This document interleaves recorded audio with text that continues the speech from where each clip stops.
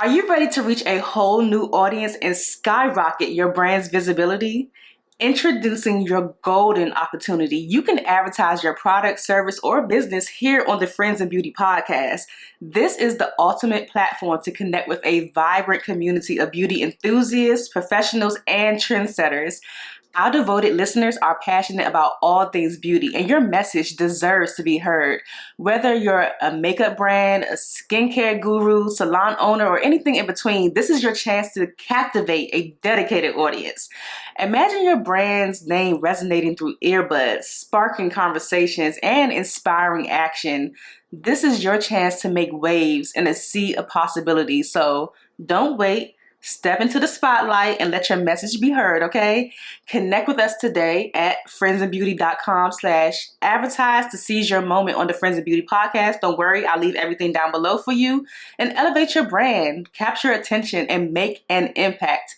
I look forward to sharing your brand with my friends in beauty, okay? So let's go ahead and jump back into the episode. Oh, the $10,000 day. So that was with an event. And if you are a service provider, you should absolutely be hosting an event. You should be making sure you have a rolling list of contacts that you've done services on. Always keep your email list chock full. If you have somebody that has typos in their email, when they come in, make sure you fix it. Your email list is worth a pile of gold. So since I started in 2019 in my the salon suite. We had did transitions, and then the pandemic happened, and we kind of moved in here silently. I never had a grand opening, and I was like, oh my gosh, it would make so much sense to do a grand opening on our third year open. So, and this was right before I was going on maternity leave, and I wanted to kind of make sure that they had a nice padding the business had a nice padding of cash, just in case things happen to slow down. But we were going into the busy season. So I oh my gosh, it took us 6-7 months to plan that event. And it was huge. Like we did all kinds of marketing, from radio, social media, paid ads. I had a social media manager at the time, and she was really ramping it up. We did emails, texts. We did everything short of a pigeon taking a scroll and sending it to someone. And like I said, the main goal was to just make sure that my team felt confident when I left, because I had my baby the next week. Welcome to the Friends in Beauty podcast, a safe space for ambitious beauty industry creatives to have real talk, get authentic answers, and practical tools to grow their businesses. Join me every week as me and my special guest reveal the keys to longevity and success in the beauty industry, from the ups and downs of their journey to the nitty-gritty of their struggles and triumphs. We're spilling the tea on it all, and most importantly, having fun while doing it. You ready? Welcome to the Friends and Beauty podcast, Taj. Hi. Hey girl, hey. I'm so happy to have you here. I'm so glad to be here. Thank you. So y'all, this is Taj. She is a solo esthetician coach, and she teaches estheticians how to build their dream businesses and grow to 6 figures. And she's also the founder of Mahaly Multicultural, helping her clients achieve their skin goals and everything. So yes, we have lots to talk about today. Oh my gosh, that sounds so amazing when you say it. That's all you, girl. Oh my goodness. I always feel like I'm never doing enough. So that's awesome. Thank you. You're welcome. And we all feel like that. It's always more that we can do, but that's the journey of life. Because if we did everything now, then there would be nothing else to do. Yes, and I feel like that's what gets pushed. It's like, do everything now so you can chill later. You're gonna be older later and bored. So bored, right? Always something. Exactly. Well, before we jump into the interview, I would love to start off with some icebreakers to get us warmed up, and so the Friends and Beauty audience can get to know you outside of what you do for your business. Yes. So the first one, just give us 3 random facts about you. 3 random facts. Okay. My favorite thing I've ever done is skydived. I love skydiving. I went skydiving in Calabasas in California a couple years back, and I highly recommend everyone to try it at least once. 2, I'm actually currently in school to study for my LPN, so we can start to transition into a med spa. Nice. Yes. And 3, I'm really boring, so let's see. Three, mm, my favorite thing to do right now is reading, like putting the baby to sleep and just sitting in my little reading chair like an Yeah. old lady and enjoying my evening. Okay, I love that. What are you reading right now? I am reading We Should All Be Millionaires by Rachel Rogers. I meant to get that book. It's I so good. have It's my second time reading it. Yeah. good. I need to get that book. It's like so many books I have like on my list. Like We Should Be Millionaires is one. Rest is Resistance, because people keep telling me to read that. And it's Yes. another one. Oh, The Psychology of Money. Like those three books are like on my list. Yes. I haven't read The Psychology of Money, but that's also on my list too. I actually just looked it up. I looked up like an infographic of it on Pinterest yesterday. So that's so Mhm. crazy you said that. Yes, yes, girl. And the Mhm. skydiving, I always tell people I would meet you on the ground. I would be there like to cheer you on. I'm like, I like to fly. So it's like I cannot imagine like jumping out of a plane if I don't have to.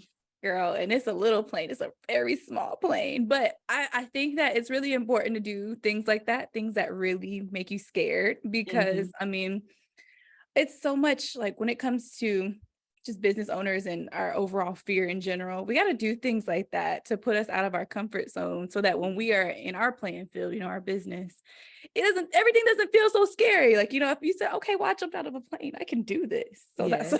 that's why I say everyone should try it. Yeah, I've heard it like in that aspect of like if you jump out of a plane, if you really conquer that fear, then it's almost like you can do pretty much anything. You won't be scared of nothing. I promise you that. Yeah, yeah, okay. What do people always tell you that you're good at aside from what you do professionally?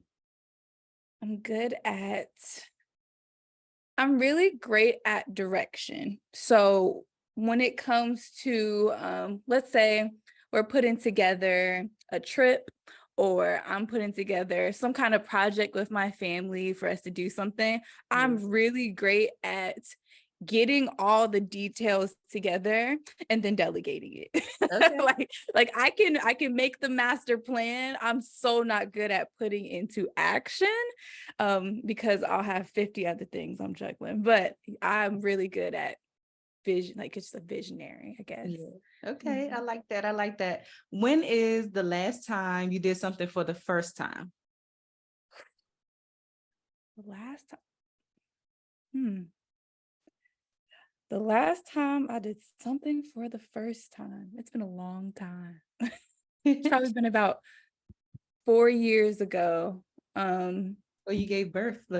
Oh, that is true. But that was really easy. Okay, we could talk about that.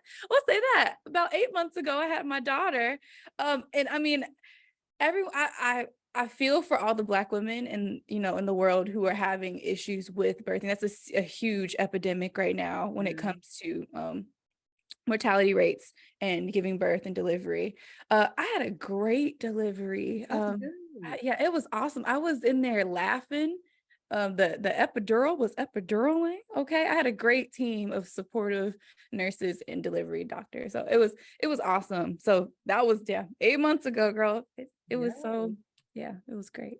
Yeah, I was just telling you about my best friend, but she had a natural birth, and I was present. That was my third time seeing a baby born, so I wasn't like, but it was like Woo! a totally different experience with somebody having a natural birth versus the people I've been there for that had epidurals. It was Yeah, like really, really intense. But she I, did that. I kept saying, "Girl, you did that!" Like she yeah, did that.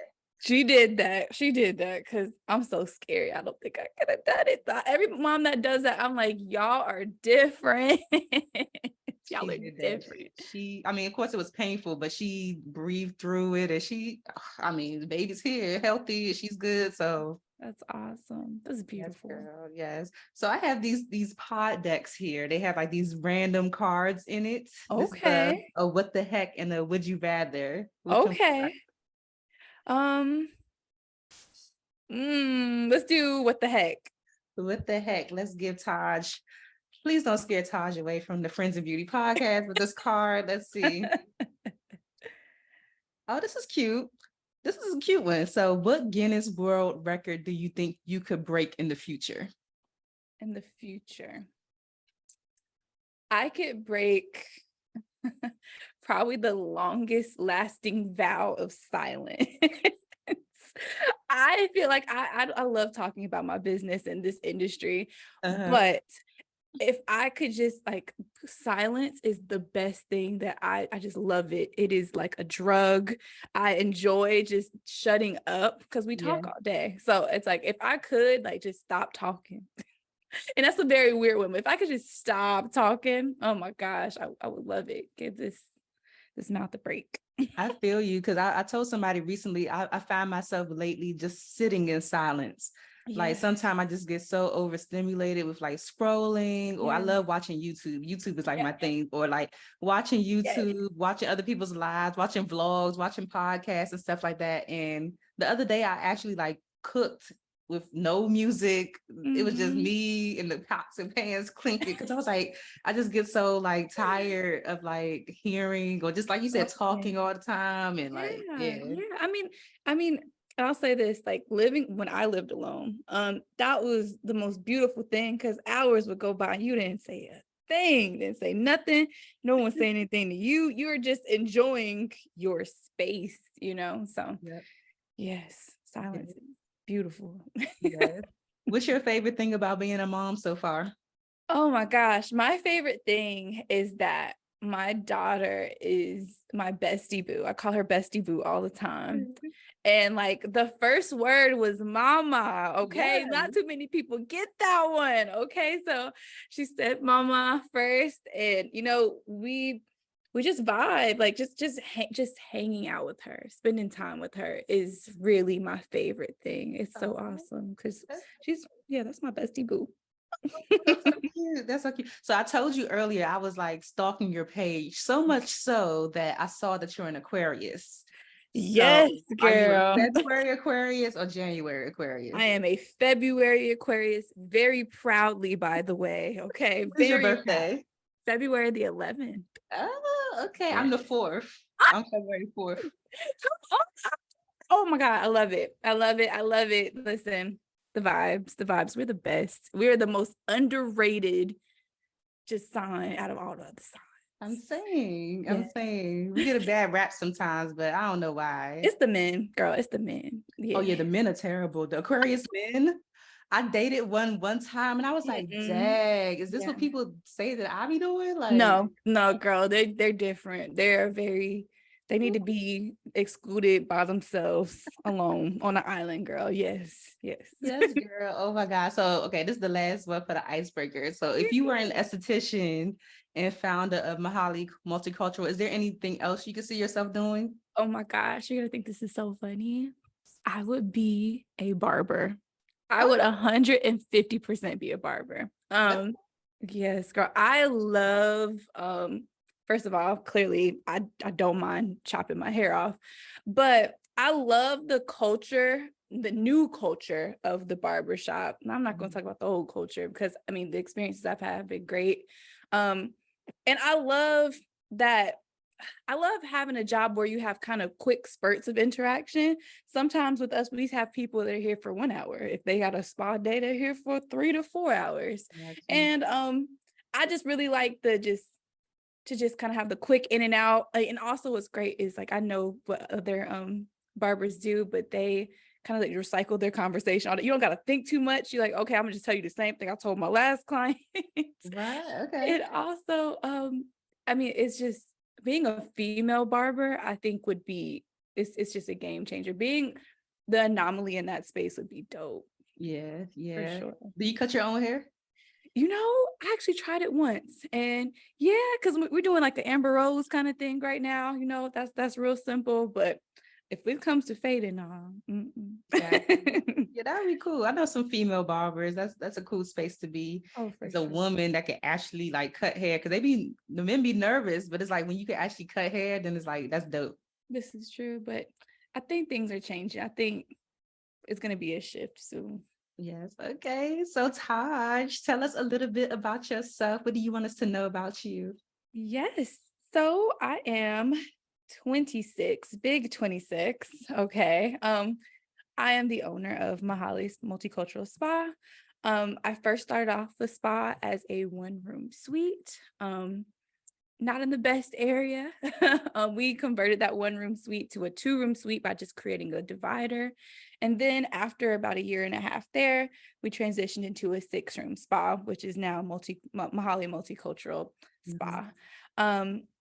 I do have a beautiful daughter who is 8 months old, and she keeps me busy. I also have a 6-year-old raggedy poodle, honey. She's very raggedy. She bosses me around. She's very jealous of my daughter.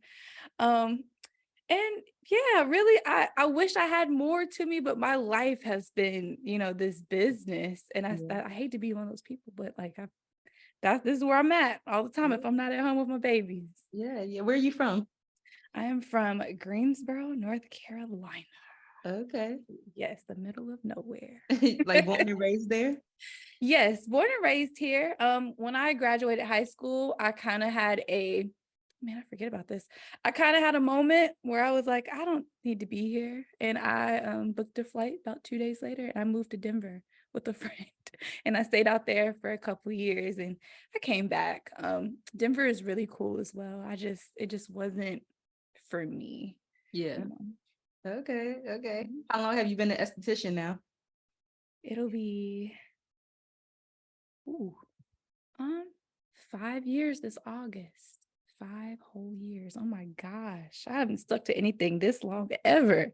That's how I feel. I'm a makeup artist, and I always tell people this is the longest thing I've ever stuck with. I've been a makeup artist. This year would be 11 years, Oh my but this is God. definitely like the longest thing that I have ever stuck to, like in my whole life. Because I will always be just, interested in things and try it. And like, nah, that ain't for me. But Listen, this is, yeah.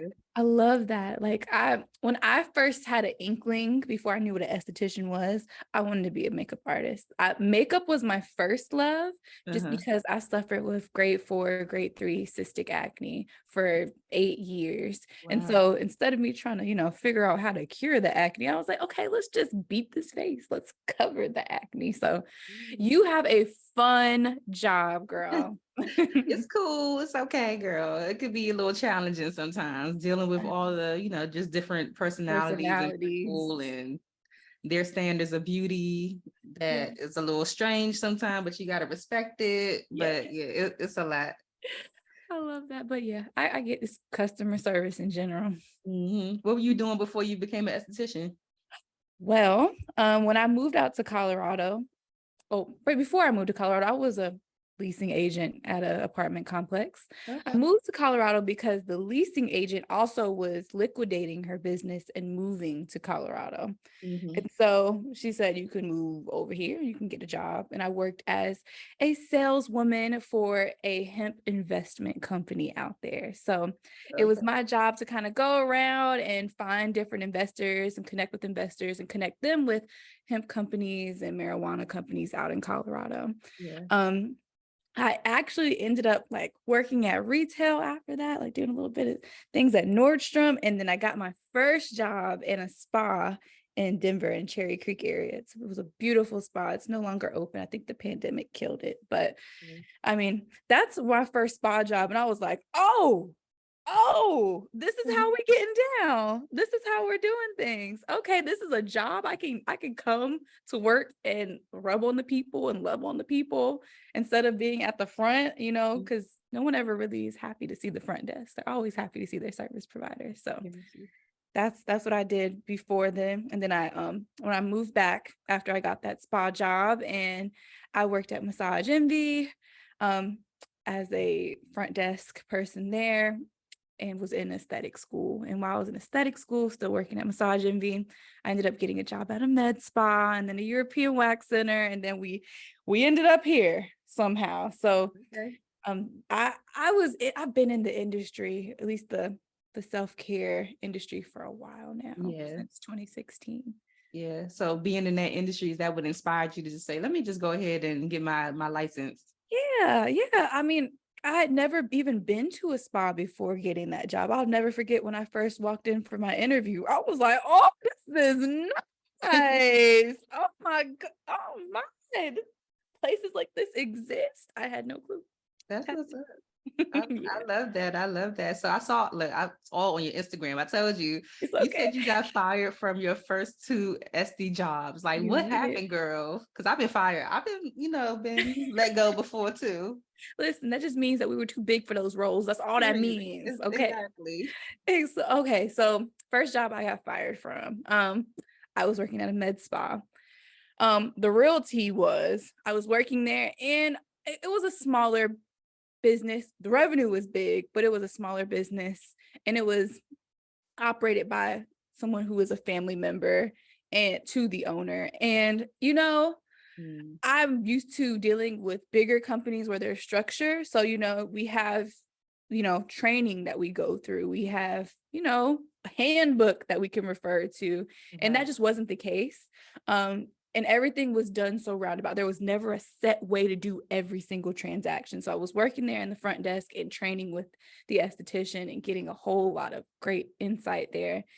And there was one day where we had a transaction that was, I think it was like $2,000 or $3,000, and I messed it up.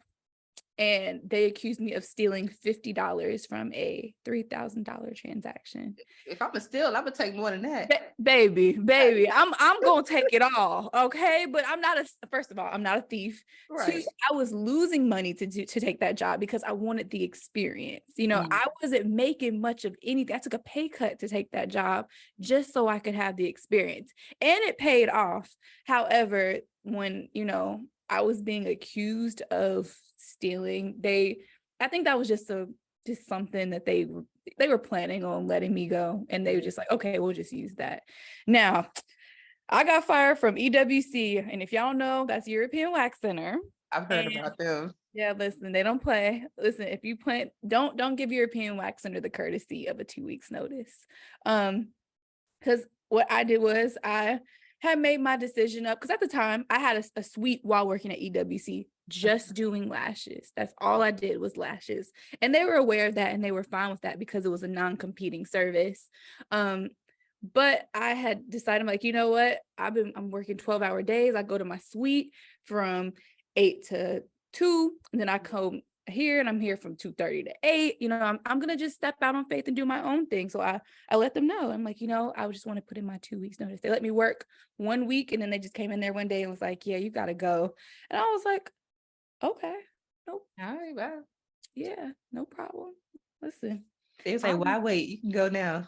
yeah, and every person that I know who has ever put in a notice with European Wax Center, they let them go usually immediately. So, like I said, don't give them the courtesy because they're not going to give you the courtesy at all. Mm.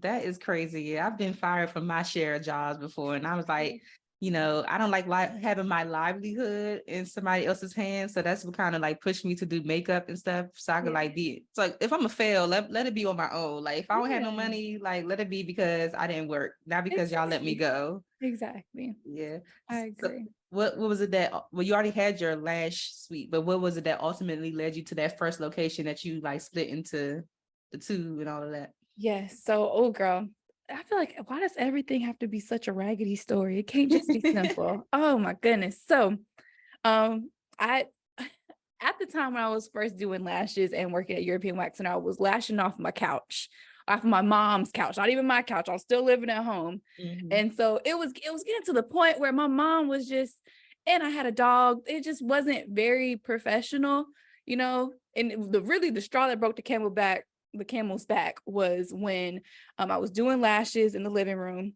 and my mom decided that it was time to remount the TV. So I got somebody's eyelids taped close, and they just hearing all the power tools and the stuff being lifted up and dropped. And I'm just like, okay, this isn't going to work. I told my dad, and I was like, if you know anybody, just let me know. He's like, actually, I have a friend, who's dating this girl. She has a suite, and I think she'd be willing to share it with you. And I'm like, oh, okay, that works out perfectly. He's like, the only catch is it's in High Point. I was like, that's not a problem. So we made an agreement, we were going to split the rent, and I would be there in the morning and she would be in the afternoon. It worked out perfectly because I Got worked in you. the afternoon, right? And after 2 weeks of being there, the landlord basically came in and was like, hey, who are you? And I was like, oh, hi, I'm Taj. I am co-leasing with whatever her name was. I don't even remember what her name was. He was like, okay, well, where's the rest of the rent? And I was like, Oh I don't my know what you're God. talking about. He was like, well, you only paid me half and the rent is this. And she told me that you were going to be paying the rent. And I was like, that's not what she told me. She told me I needed to pay this amount. And so, girl, he was like, well, I really should be locking your doors right now. And I was like, I just got here. Oh my gosh. So me and him, I agreed, you know, I ended up telling her what happened, and he gave me about 2 weeks to just pay half to see if she would ever pay. She didn't. And then I ended up just paying it full and getting all her crap up out of there. She left the state and everything. What? Well, Yes, she had some other stuff going on. she was like, why does like I said, every story is raggedy. I had to get done raggedy a couple times before we you know, got here. But yeah. Thanks. How did you know when it was time to expand into the space that you're in now? Well, I'll say when it really got busy was right when the pandemic hit. So we were gaining traction and things were going well. You know, we were making, you know, a few $1,000s a month. And I'm like, okay, look at me. Look at somebody. Yeah. And I got on YouTube when we went on lockdown. One, because I was bored out of my mind. I was having a mental breakdown just because, you know, I love what I do, and having it taken away from me really hurt.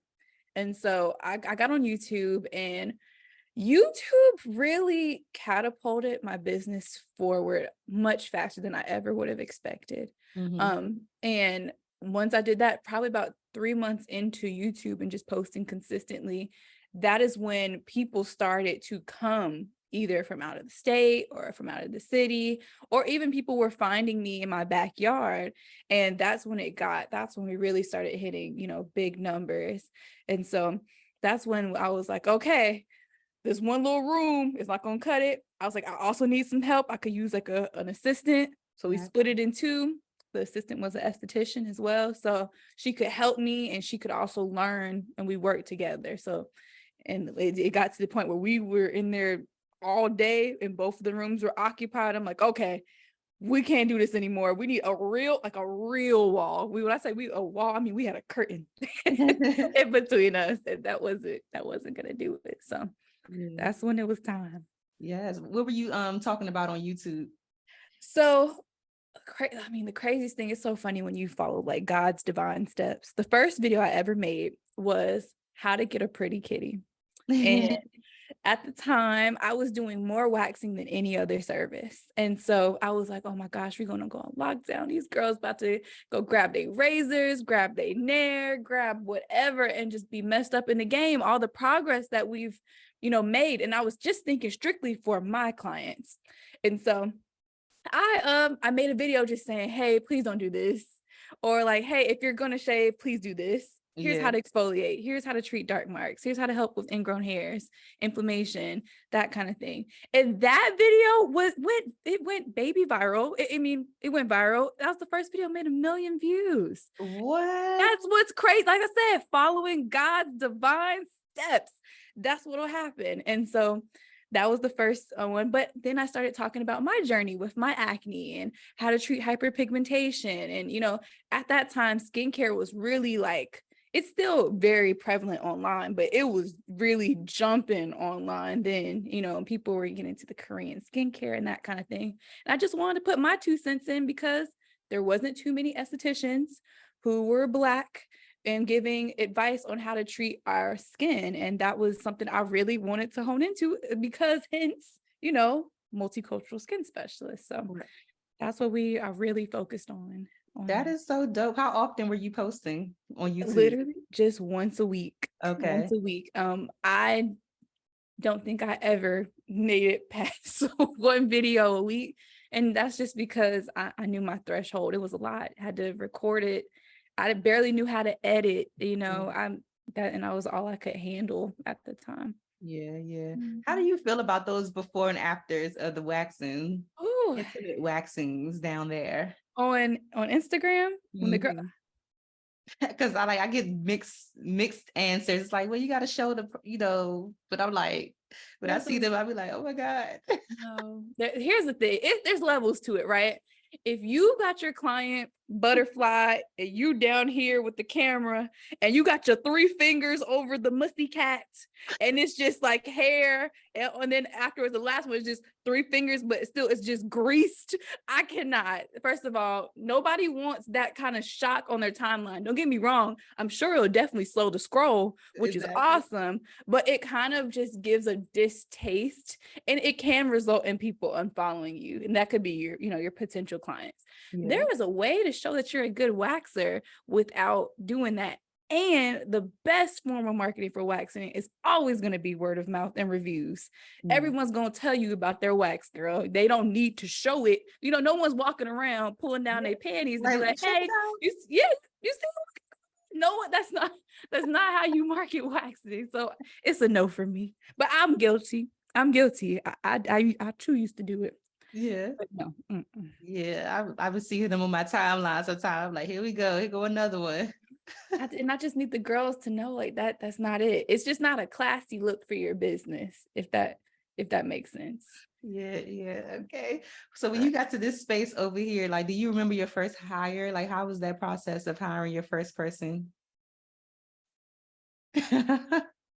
So I just did the traditional way of hiring. I made a post on Indeed for my first hire. My first hire actually was with me the longest up until last year. But very simple, what we did is I made the post, I started reaching out to people. She actually came in because she wanted to introduce herself, and we just did an interview right there. And I was like, oh, okay, I think this will work. And so I just did it super basic. And I will say back then Indeed was a lot cheaper than what it is today. Okay. So there might be different methods for, and anyone else that's looking to expand their team rather than doing that. Yeah. What did you hire her for? Well, I was looking for a assistant that was also an esthetician, or was at least in school, so that not only would they be able to help me with checking in clients, checking out clients, flipping rooms, sanitizing implements, reaching out to clients if I needed to reschedule or if I was running late, or, just doing those kind of things, clerical tasks. But they would also really get a good idea of what I did, how I did it, so that when they start, because they usually want to get into, offering treatments as well, they'll see how I do it in, the protocol, SOPs, and that kind of thing, what's to be expected, so they can duplicate that in the treatment room. And I highly recommend people hiring that way, or at least have your SOPs nice and tight when you hire your first person. Yes. Standard operating procedures for those who don't know. Yes. What kind of treatments and services do you offer at your spa? Your spa. What kind of treatments and services do you provide now? Yeah. So currently, our top service that we do is hydrofacial. So hydrofacial, microneedling, chemical peels, a traditional facials, oh my gosh, traditional European facial, and then full body waxing.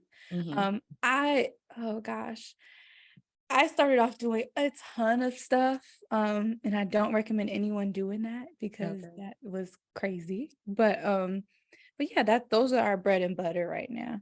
Yeah.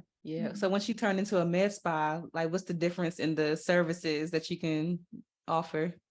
So as we become a med spa, which is literally happening within the next week. Oh my gosh. Yeah, girl, it's real. It's very, very real. Oh my gosh, that's exciting. I've been super quiet about it. Just telling our clients. I haven't really made it. So it'll be the first time that other people can hear it. First things first, laser services. So I'm loving to see that laser hair removal is starting to pick up again. People don't know, like, laser went back like early 2000s, super popular throughout the 2010-ish era. It kind of slowed down just because the price, I think, deterred people. The thing is, laser hair removal is so common now that there's so many more affordable options. So laser hair removal, laser facials, Yes, girl. Yes, we're getting into it. I'm also hiring an RN so we can get into some injectables. So Botox and baby filler, just light injectables. And what I'm loving about that is that we're going to be able to kind of debunk a lot of myths about filler and Botox in the Black community, Yeah. because yeah, girl, I say Botox, everybody like seizes up, and I'm like, just relax, girl. Just relax. Like, it's okay. You're not gonna leave looking like the mask. I'm just letting you know that there's things. I've even gotten backlash online before for talking about getting Botox or Yeah. filler. So Yeah, I saw your video on that when you got yeah. your filling, your Botox. I was like, okay. And I also like realized too, I feel like back in the day, that used to be like stuff that was like reserved for like celebrities or something. Like you Yeah. just only used to see celebrities getting filler, Botox and stuff like that. So I feel like just the mainstream people don't really know much. Like they're just not educated on like what it does and Yeah. you know. I agree. And I'll say this, like, celebrity culture is shifting. Now we are the new celebrities. Yeah. People who create content are the celebrities. It's celebrities don't hold the same influence as they used to 10 years ago. So now that they know that we have people who want to look good on camera, want to look good for TikTok, they want to show up looking amazing, and enhance what they're looking like. Or this just kind of slowly stops some of the aging process, some anti-aging.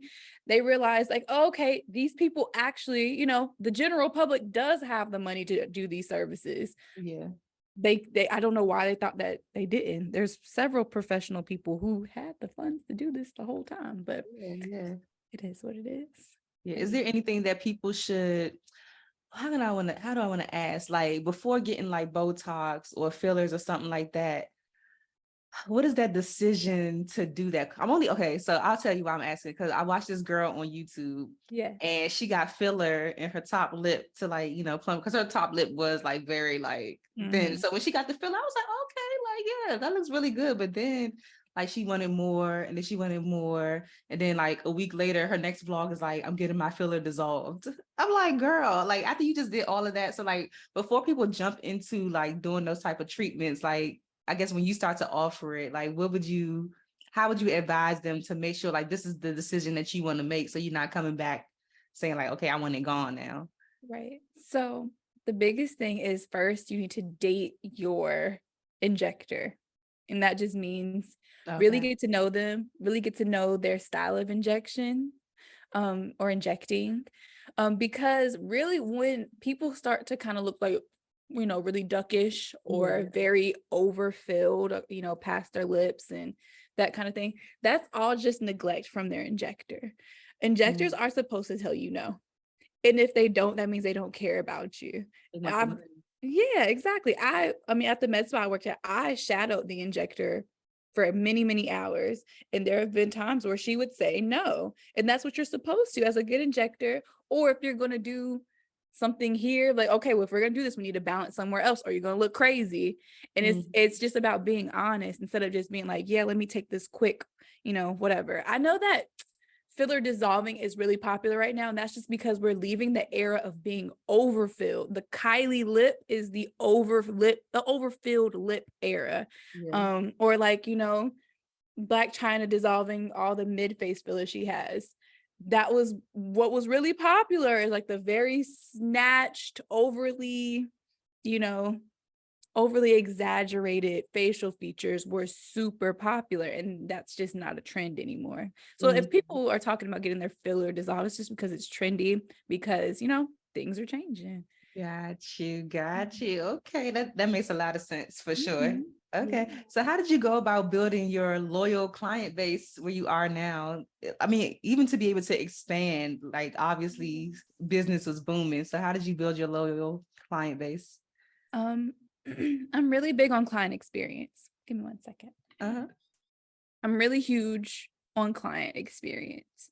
So what their pathway looks like leading up to before they book, so when they find our page, to when they find our booking page, getting booked, before they come in, when they do first come in, how they're being, greeted, how are things presented to them, how does it smell in here, how does the presentation look, do we make sure that everything's clean, You know, when they go to wait, is the waiting area, you know, conducive to relaxation? And then, you know, when we do our service, making sure that anybody that's putting their hands on my, not just my clients, just our clients, that they are, one, well-versed and educated. I love hiring skin nerds. Every single person that gets hired by me has to do multicultural skin specialist certification before they Ah, touch anyone. And that's uh-huh. just what they know what they're talking about. You know, there's clients coming to you, viewing you as the expert. You need to be able to answer these questions swiftly, you know, or Yeah. if you don't know the answer, be able to tell them, you know, let me go and check with someone, or let me check with, you know, my sources to double check that with you. And then from there, just having them have a great experience here. And also membership. We are membership based, and Oh, that has helped tremendously with retention. I highly recommend memberships. got you. So you only do memberships? We do a la carte. So like if you Okay. wanted to just get a regular facial, you know, without joining our membership, that's perfectly fine too. However, we convert most of our clients to members.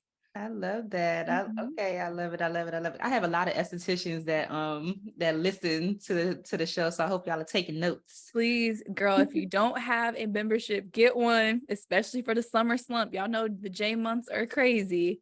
Having a membership will save you every time. That's just predictable income, just really helps me sleep at night. Yeah, yeah, for sure. Where do you see, like, just being in the education space and stuff now, like where do you see most service providers or spa owners lacking when it comes to the customer experience?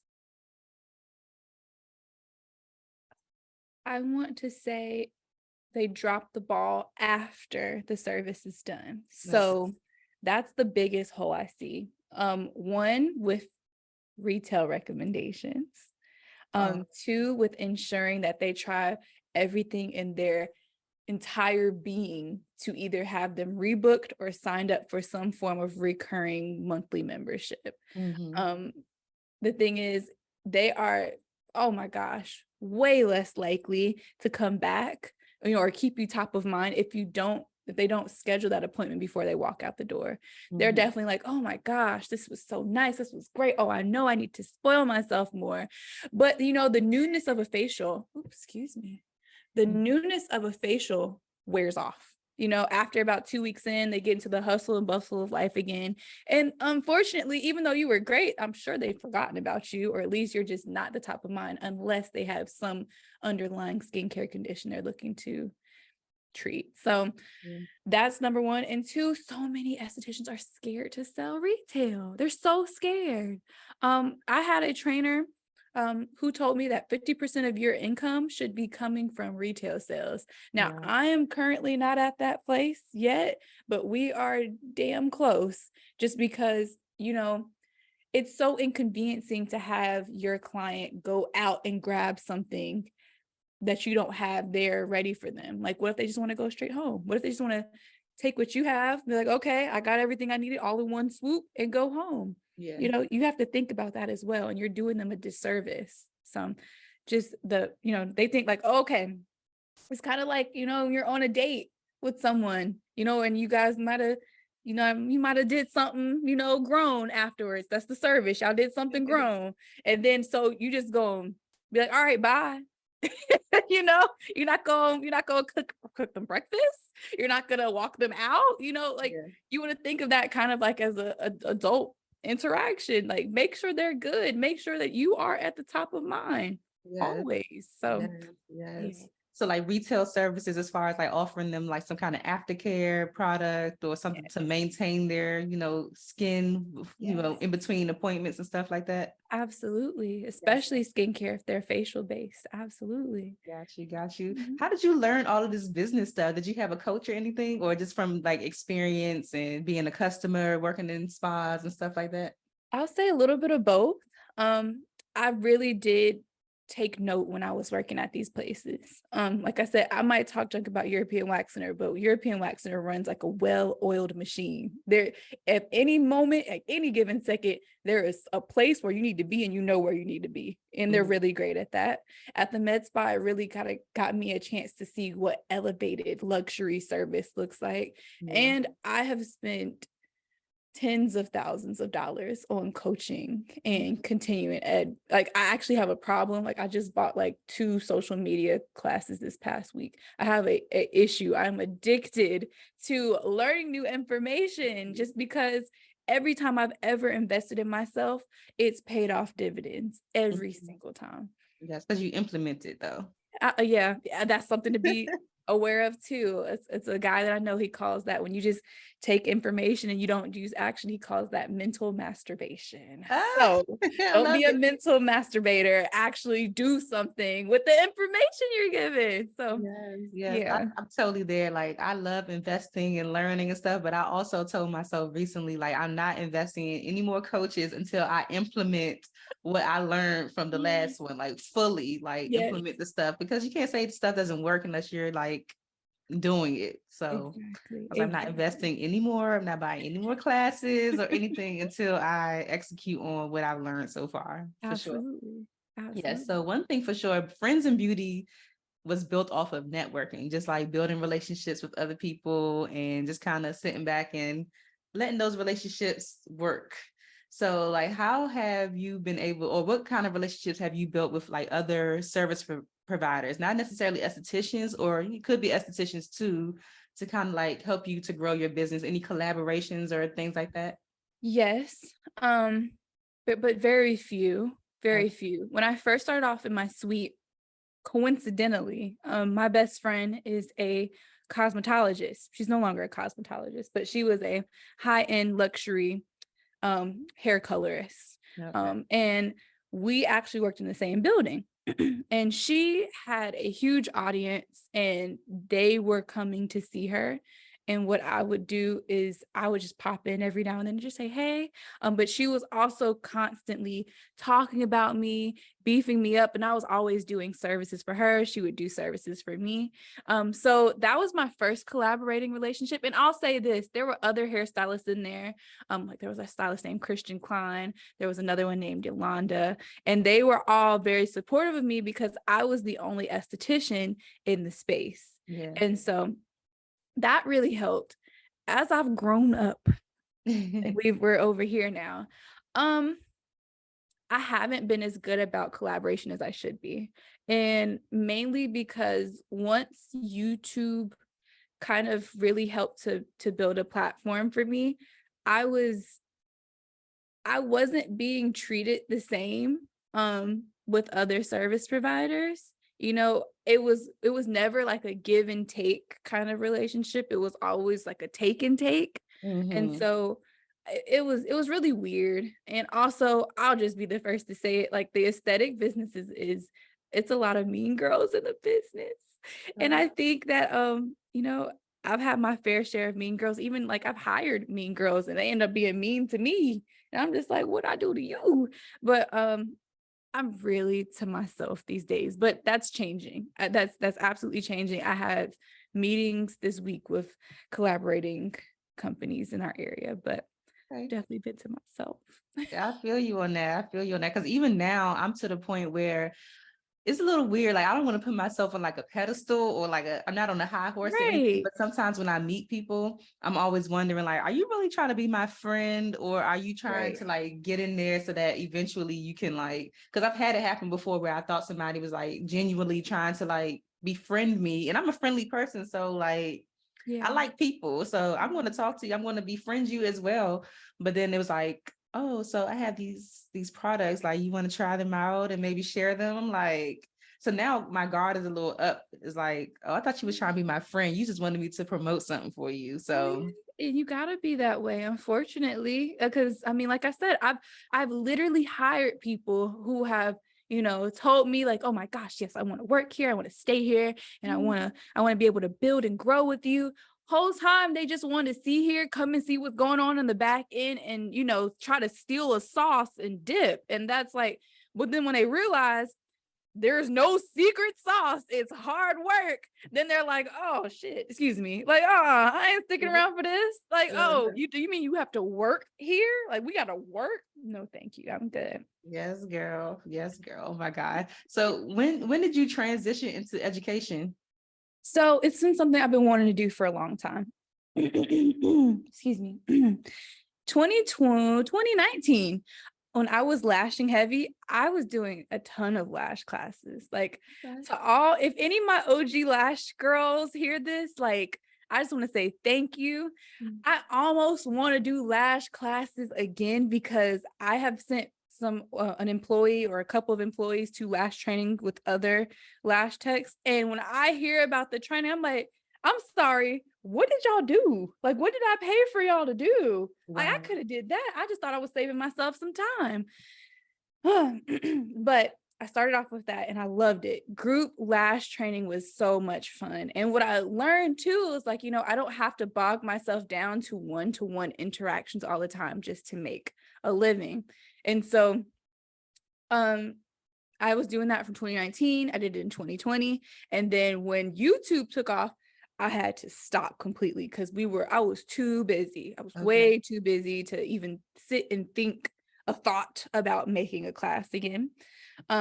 Recently, a few weeks ago in June, I did an aesthetic Beauty Boss Blueprint event. And that was something that I wanted to really promote. And I'm so grateful for the women that came. It was a great event. And so we talked all things, just on the back end, establishing your business credit, making your first hire, sales and social media. And then we also did some skincare demos. And really what I wanted to do with this event was to get feedback to see, okay, where do people need the most info from? Where do they need building at? Is it more on the service side? Is it more on the, on the business side? I wanted to see which gap I could fill a little bit more specifically.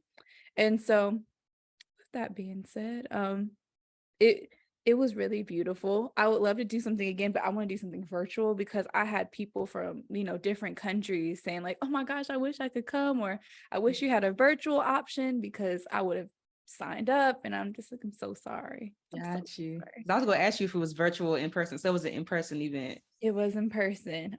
But I am working on something currently that'll be virtual because I hate that I missed out on those connecting with those women.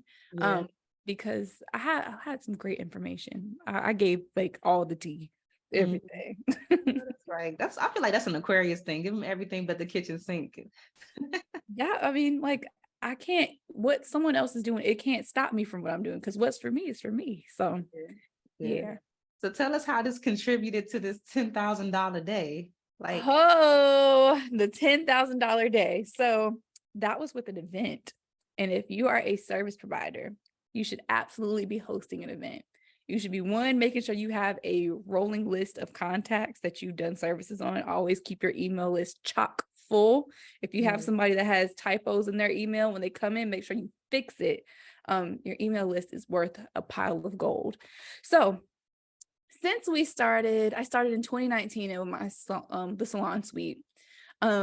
We did transitions, and then the pandemic happened and we kind of moved in here silently. I never had a grand opening. And I was like, oh my gosh, it would make so much sense to do a grand opening on our third year open, So, and this was right before I was going on maternity leave. And I wanted to kind of make sure that they had a nice padding the business had a nice padding of, cash just in case things happen to slow down. But we were going into the busy season. So oh my gosh, it took us 6-7 months to plan that event. I mean, and it was huge. Like we did all kinds of marketing from radio, social media, paid ads. I had a social media manager at the time and she was really ramping it up. We did emails, texts.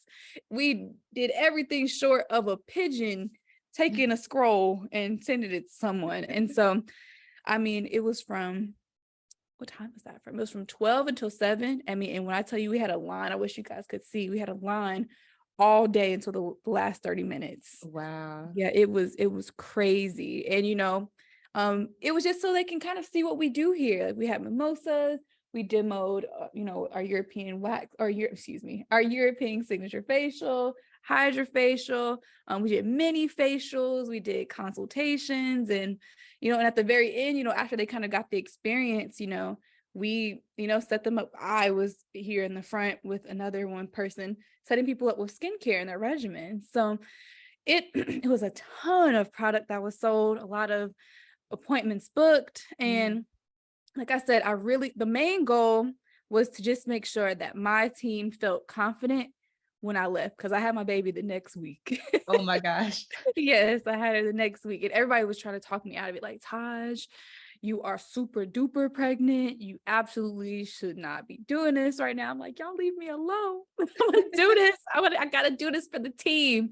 And so if you want to make some big money, if you need a big chunk of money, you want to do it in a short amount of time, an event is an amazing opportunity to do that. Yes. Oh my God, that is so cool. I like that. I do like networking events, but I'm always trying to figure out ways to like maximize it. Like, how can I max out on these events? Listen, girl, come up with a package for cosmetics. Like if you have people who get their makeup done a little bit more consistently, or let's say you do like your highest price service and you're like, for this day and this day only, when you book it, it's 20% off. And you can, when you book it, you can book it for whenever you need to. It doesn't have to be like the next week or something, but do that and then like host something like that, events are crazy. I was in a group with this woman. Like I thought I was doing something with my 10,000. She did a mini event and did 20,000, events are crazy. They're great. So I highly recommend it for diversifying, not just service money and membership money, but that event money.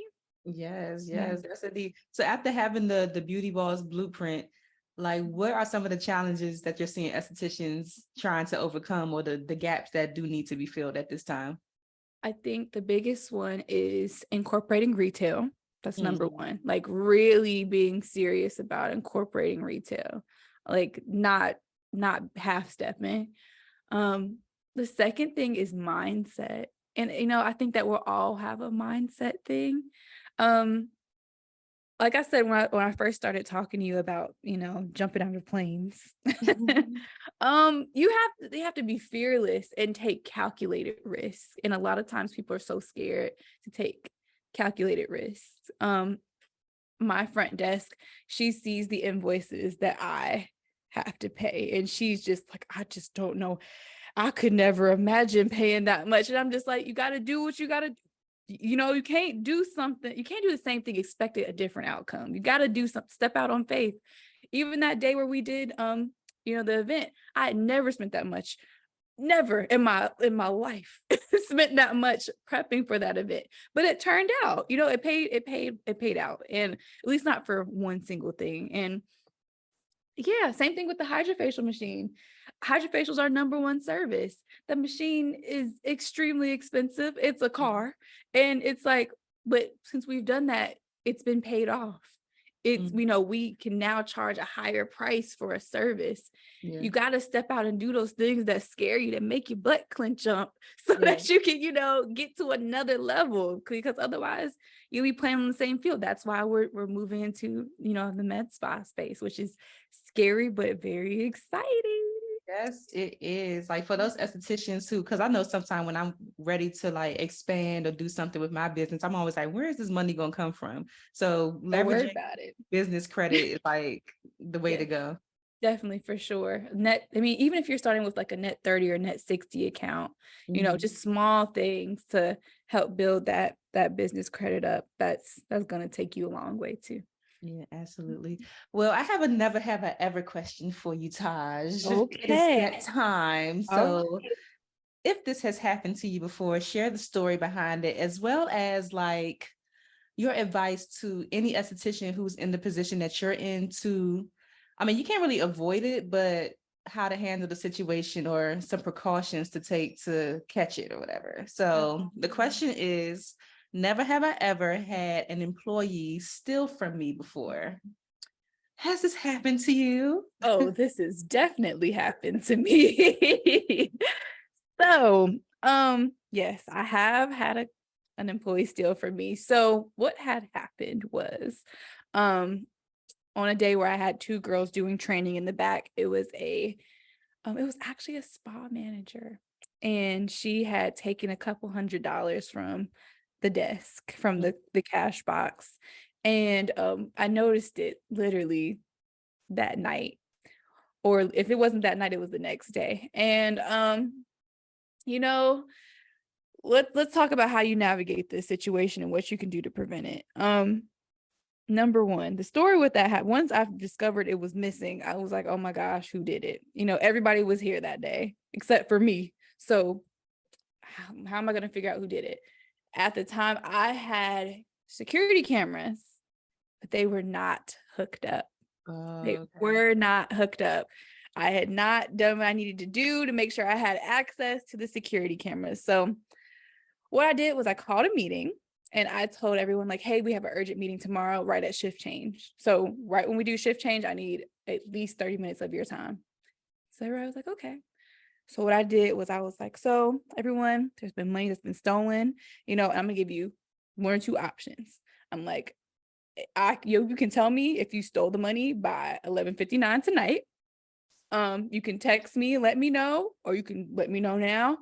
Or I'm going to have to sit here and watch 8 hours worth of footage and figure out who it was. And when I find out, and if I have to do that, that means not only am I going to fire you, but I'm pressing charges. So please make it your business to let me know. And I was so capping. They were like, damn, she got footage. Right. I mean, like, girl, they were right there. Like, there were so many, like, and so I'm like, okay, I got to do it. Like, I got to pull their car. I got to do it. So what ended up happening was at like 11:50, the girl texted me and was like, Taj, I'm so sorry. It was me. I just needed the money and da, da, da, da. And so she's like, I'll bring it tomorrow. I was like, we'll talk tomorrow. And what I ended up doing is I told him, like, you know what, keep it. If you really needed it that bad, have it. But we're severing this relationship. Good luck to you. How I could have avoided this. Number one, if I would have ran a background check and really checked all of her sources, the people what are they called? Recommendations? Like references or something? References, yes, that's the word. I would have known that at her previous job, she already stole. She stole from her previous job. And so the writing was on the wall. I could have made the decision before she even got started here, and I would have avoided that. And luckily I was in a place where, a couple $100 wasn't going to make me or break me. However, it's just the thought of it, it's like the lack of respect, the you thought you could do that and it'd be great. It'd be cool. Or you thought that I didn't count the money, or like, either way, always make sure you do a background check. It only costs a few dollars. Always take the time to reach out to references. And on top of that, when you're reaching out to references, make sure that you call the place that they used to work at, not just the number that's on that list, because the girls love to put a bestie down as a reference. I've been a reference a couple of times. And I mean, like, don't get me wrong, like, if they could put in a good word for you, sure. However, I need to know how you operated yourself in a professional setting, because this is a professional setting. How did you work when you were in your job, or how did you work while you were in your position? So yes, y'all. And also we went cashless after that. We don't keep cash. We don't even do cash transactions anymore. So got you. Do you take stuff like that kind of personally, or do you just kind of like take it as a personal issue for like that person? I don't think that I don't think I took it personally. Okay. I felt like I didn't take it personally because I didn't do my due diligence. But I will say there is like a kind of a sting there, because like I feel like I'm constantly having people feel like they can try me. I try so hard to be nice. And also this person was older than me. I think that a little bit of the age gap, or like, it's really hard to get respect as a younger entrepreneur from older employees that you try to bring in. And so I just think that they could try it and just see what would happen, but it's okay. It's fine. These are the hard lessons that we have to learn. Like, you got to go through it sometimes so that you can avoid it. Like you said, you're cashless now, and if it happens again, you know how to handle that situation. Or if you have you're teaching now, so if somebody ever has to go through that, you can walk them through that process. Girl, I Yeah. would be so shook because like one of the things that I'm working on is like confrontation. Like I just dislike it a I lot. do So I too. have been working on it in therapy for like a couple of years. So to have to like fire somebody, I would be like, get somebody else to do it. Like, Listen, it's tough. Like I never enjoyed letting anyone go. It's not something like I take pride in. However, I think it's much easier to handle confrontation when it's more in your face, like, when it's like in your face yeah. disrespect versus underhanded That's so disrespect, true. Because like if you try to like play me like I'm stupid or something, then I have It's no easy. problem. Like, Right. Right. But when it comes to that stuff where it's like you have to initiate the conversation because you're like, hey, I noticed you took this money. Could you mind giving it back? And like, oh my gosh. And I would like to say too, I'm so glad that worked because girl, I did not know. I took that straight from Ozark, episode 1. Episode 1. That man was like, okay, somebody took my money. Who yes, was it? And he just started cracking heads. And I was like, yes, oh. So, that's so funny. yeah. Oh my gosh. Yes, yes. Okay. I love it. I love it. So I know that you're teaching, one of the things you say you're teaching your students how to like scale, how to get their business to 6 figures. Like, how are you doing that?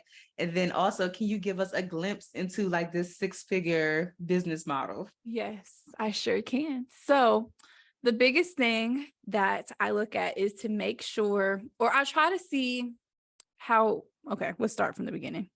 When I'm assessing someone to see how they can get to their 6 figures in their business, I currently look at what their process is now and what their booking rate is. So that means, are they 90% booked? Are they 100% booked? Do they don't have anywhere else to take anyone? I assess the pricing to see, does this pricing reflect the goals that you're looking to get? And then I also kind of assess where they want to be, just by themselves, or like where they want to be in their business. So do you want to be a solo service provider forever and ever? Amen. Do you Right. want to grow into a team and have a team of people to work with you?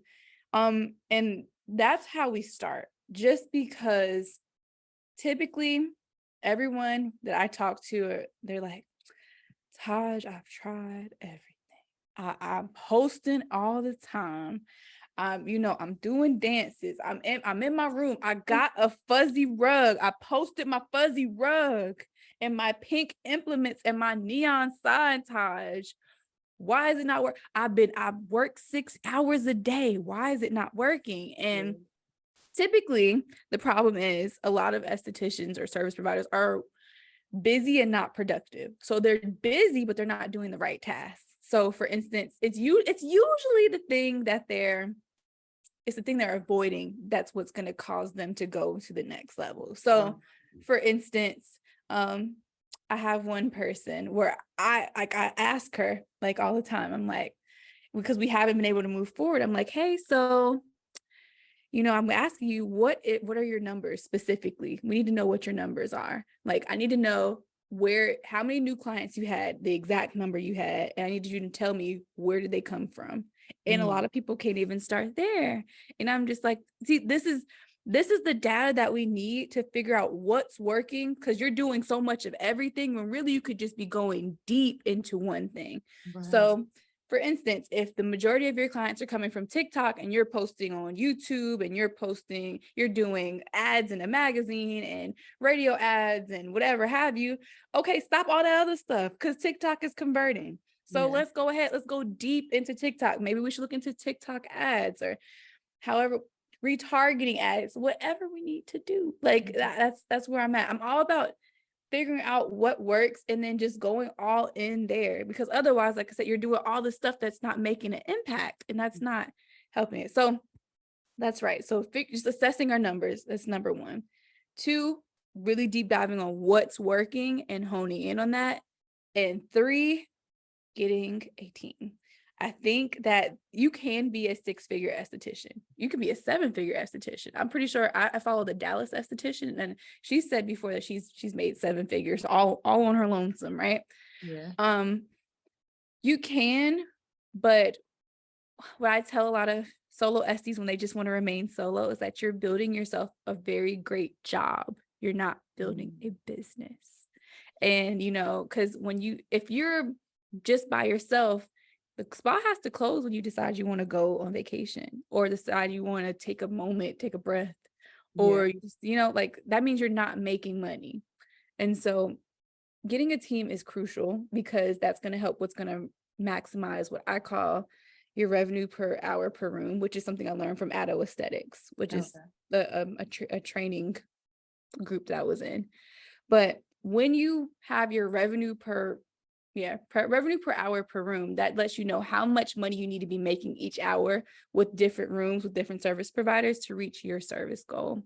So, and you don't have to start with a whole bunch of people, just get one other SD, have her work 3 days a week. And if she needs, you know, other financial support, have her have another job.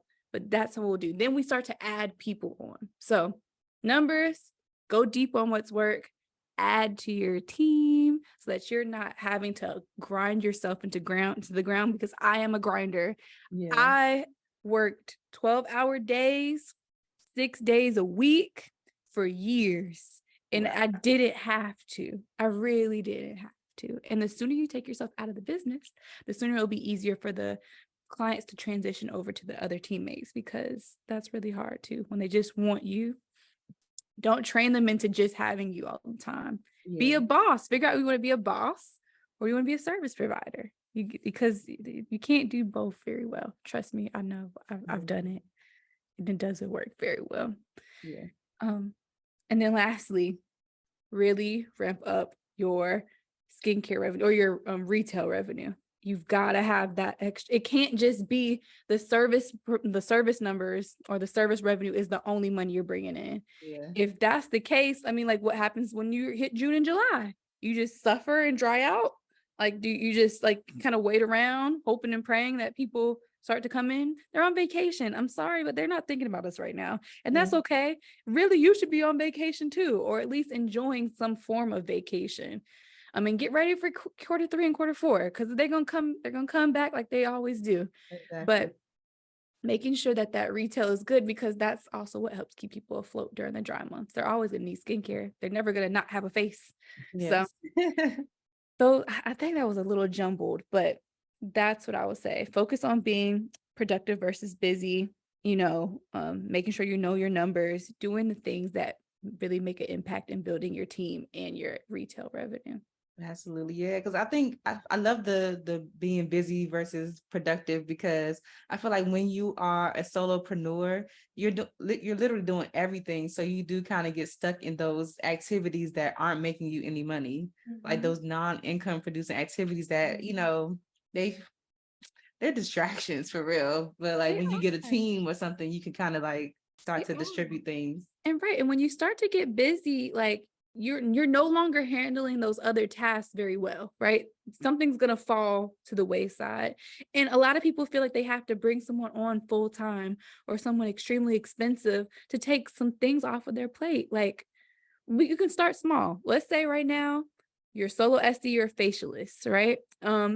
You are here making sure all the dishes get done, making sure everybody's getting called, making sure, you know, that you're doing the laundry. Start off with drop off laundry service. Drop that stuff off so you can go do something else. You need to be outsourcing so that you can use the time to do revenue generating activities. That's the real productive stuff, not the busy stuff. You doing laundry for your spa, yes, it's conducive to the health of the spa, but it's not a revenue generating activity. You could be texting clients who haven't been in 6 weeks from now, or getting you a booking system to make sure that can build that in, or, you know, it's like, or getting a good booking system. Like at bare minimum, I tell people like they should be looking into Vagaro, just because Vagaro has those marketing efforts built inside of it. So you can literally click in the marketing tab and say, send a text out to people that haven't been in the past 6 weeks, and it'll compile the list. So you don't got to do it individually, and it'll schedule the send. And then they'll be like, it'll say, hey, we miss you. So you like, once again, just make more time for yourself and be productive, because you taking your phone, texting them one by one is being busy and not productive. So like I said, it's so hard for me to say because I get caught up in the busy cycle too. Because sometimes busy is comfortable. Busy means that, oh, I'm not going to have time to do that thing that I really need to do. Like, you know, like asking for a sale or making a valuable partnership or, you know, that kind of thing. It's real easy to fall into busyness. It really is. And then by the time you finish doing all that stuff, you only have the energy to do the stuff that you should be doing to make money. Exactly. You finish all that laundry and texting people and emailing and all that stuff. Yes, for sure. So if you had to start all over again, just based off of the things that you have learned so far in business, like what is the most important thing that you will focus on like right away to get your business to where it is now? Is it like the marketing? Is it the hiring? Hiring for sure. Okay. Hiring. My business is still very busy, but when, like I said, that peak of YouTube, when I was really chugging out content consistently, I could not keep up with the demand. And it was getting to a point where I had a super long wait list. And really, those people would have been fine with seeing other service providers if I just would have made myself less available. If I would have really dedicated the time to finding really good people to work in the spa, I could have easily generated way more revenue. But because I was so busy, you know, just hustling, being busy, doing the service, you know, when I really could have just been watering, you know, YouTube more to get more clients in. That's a big opportunity I missed because I can only see one person at a time versus if I had a team of people, all the people that were calling in, all the people that are requesting appointments, even though I wasn't available, someone else was. And instead of them getting turned away, they could be here. So that's the biggest mistake I made was I hired too slow. And then when we kind of start to level out, then I tried because I had time then I hired too fast. So then we had a whole bunch of just warm bodies around here.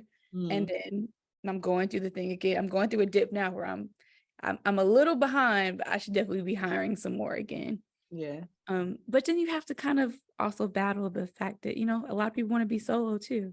So finding a team, you have to be a spa that people want to work at for the, you know, that's another story. But yeah. I get it. Okay. So Taj, like at the end of the day, like what do you want your legacy to be? Because now you have a daughter and everything, you have your business. Like what do you want to contribute to the industry or just be, you know, remembered as? Yes. So I want to say two things. That's a double-sided coin. The first thing is I really want to be remembered as someone who could give skincare one to many. Every time I get a comment or a DM or a message of someone telling me that the advice that I had given them has helped them tremendously or is, you know, changed their skin, that means the world to me. Because anyone that's ever been in the treatment room with me knows, like, I'm giving you 100. I'm giving you 150 while we're in there because it's me and you, and I'm gonna do whatever I can to get you those results because I'm kind of like addicted to it. The second thing was I would love to see more women gain, not even just women, more people in the beauty industry gain financial independence and not get caught in the grind like a lot of old school cosmetologists and estheticians have. Like, you know, we see women who have been in the industry for, you know, for years doing it for 30, 40 years. And, you know, they've created, like I said, stable income, but they've created a job instead of a business, a legacy, something that can be sold, something that can be passed on. Like I want women to feel empowered by building something like that so they can, like, once they can just unclench, be able to feel what financial freedom feels like. And that's what that's my goal and the legacy I plan on leaving when it comes to teaching the service providers in our industry. Okay, I love it. I'm so excited for the med spa that's coming in the next week. So by the time this airs, like y'all will be already up and running. Like y'all be good. But is there anything else that's coming up next for you? Or is that like your focus right now? My big focus is getting this getting us fully transitioned into a med spa. The second big thing is here in the fall. Like when I say fall, I mean like August-ish time. I'm really excited to be launching my web version of the Beauty Boss Blueprint, the event, and really honing in on that. Because I think that I saw what I needed to see. There were so many people who had light bulb moments while we were doing our thing and just teaching and just showing them, there are things that are missing. And what's also great about it too is that I plan on making it individualized. So instead of you buying the entire thing, you can take what you need and leave what you don't. Because I did get a lot of, messages like, hey, can I just come for the first half? Or, oh, I really need this part. And I'm like, okay, take what you need, leave what you may, So that's something I'm super excited about. Okay. Yeah. Oh my God, this has been such a cool conversation. I don't want to let you go. Girl, you are good. You are fine. You are fine. Thank you. But have I to ask love it. you. I hope I didn't talk your head off You today. did. You did. I have to ask you the Friends and Beauty rapid fire questions though before Okay. you go. Okay. So yes, sip your water.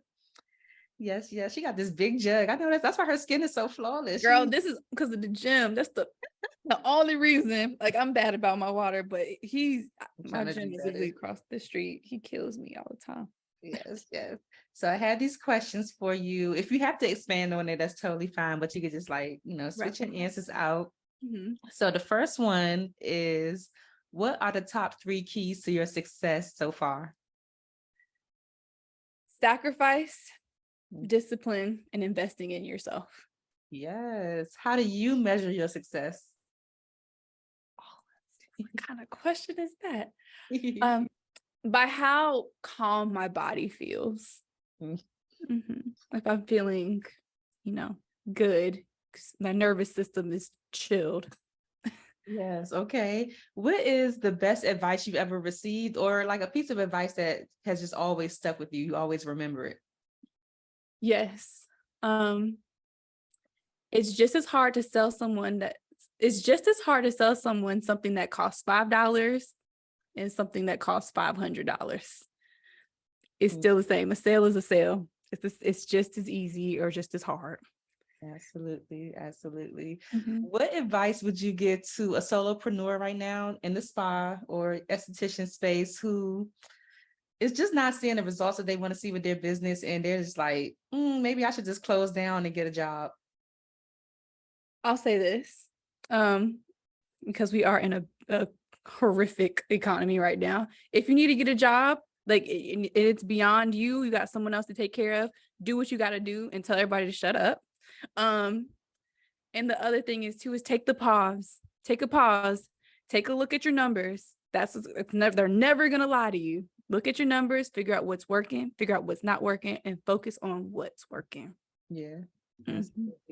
What's a resource that helps you in your business that you can share with the Friends of Beauty community, like Vagaro? Okay. Chat GPT all day.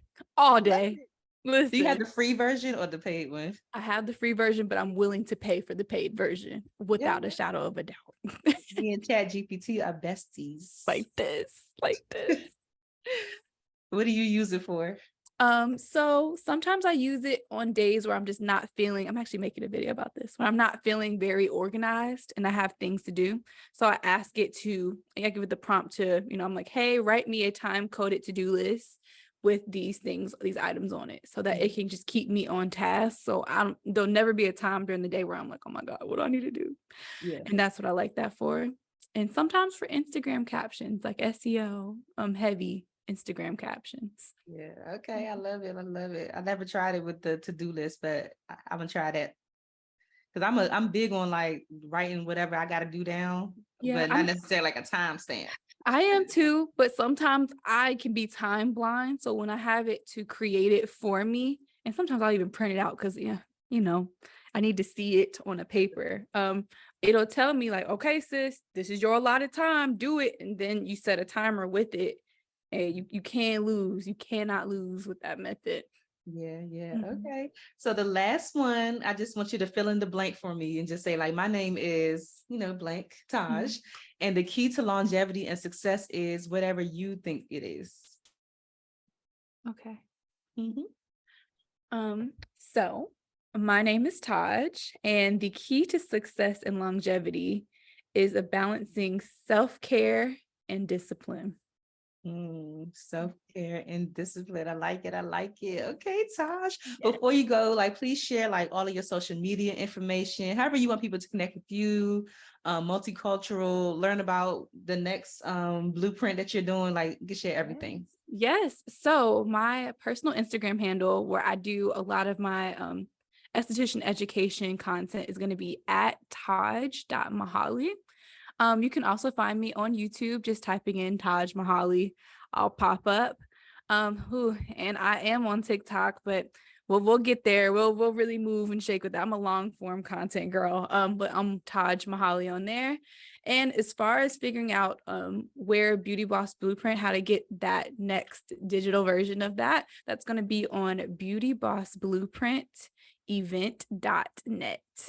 Yes, I love it. Thank you so much. It was so nice to meet you. And thank you so much for sharing with us so openly. I really appreciate it. Oh, yeah. Listen, bother me anytime. I love this. This is so great. Thank you. Of course. Of course. Thanks for listening to the Friends in Beauty podcast. Don't forget, sharing is caring. If you enjoyed this episode, share it with another friend in beauty. Give it a thumbs up and subscribe, rate, and leave a 5-star review so that other friends in beauty can find the show. Plus, we'd love to hear your feedback. Connect with us on all social media platforms at Friends in Beauty, hashtag Friends in Beauty to join the conversation, and join our Friends in Beauty Facebook community to stay connected. Talk to you soon.